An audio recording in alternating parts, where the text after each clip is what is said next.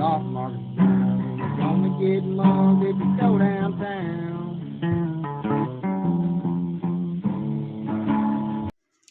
I've been trying to go through all my paperwork and clean out some stuff, and I've been hanging on to documents from divorces that happened years ago and such.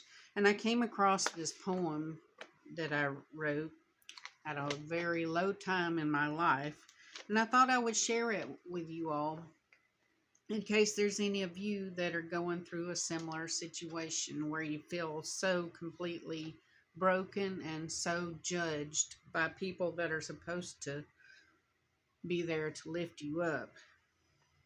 It's called "I'm So Glad That You're Not Jesus." Don't you think that I know that my life is a mess? I'm aware that I've strayed aplenty and my list of sins is long. My heart is shattered for my broken dreams. I've cried many years because my life has turned out so very wrong. Yet thankfully Jesus said to come all who are weary and heavy laden with sin. When I was utterly distraught and falling into a chasm, he pulled me to his bosom and called me his friend.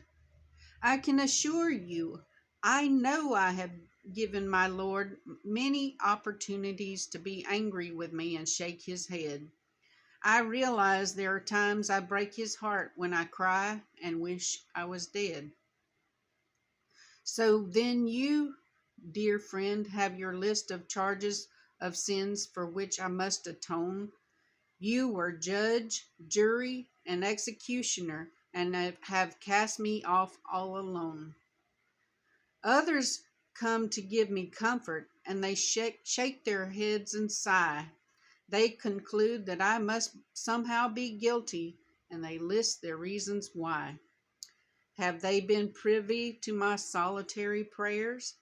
Have they been there to listen as I poured out to Jesus all of my hurts and my cares?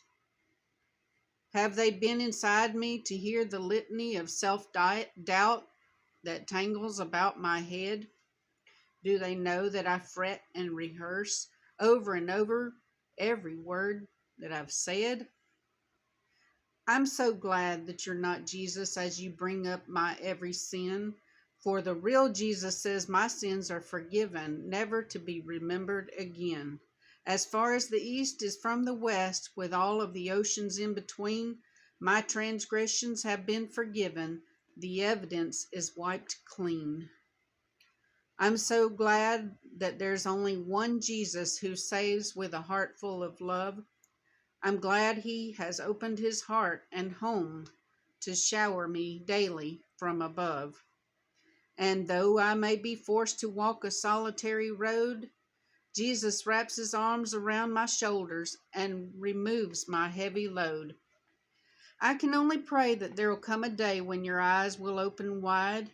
You will realize as you sit on your scorner's seat that it is only Jesus who judges. For my sins too, he was crucified.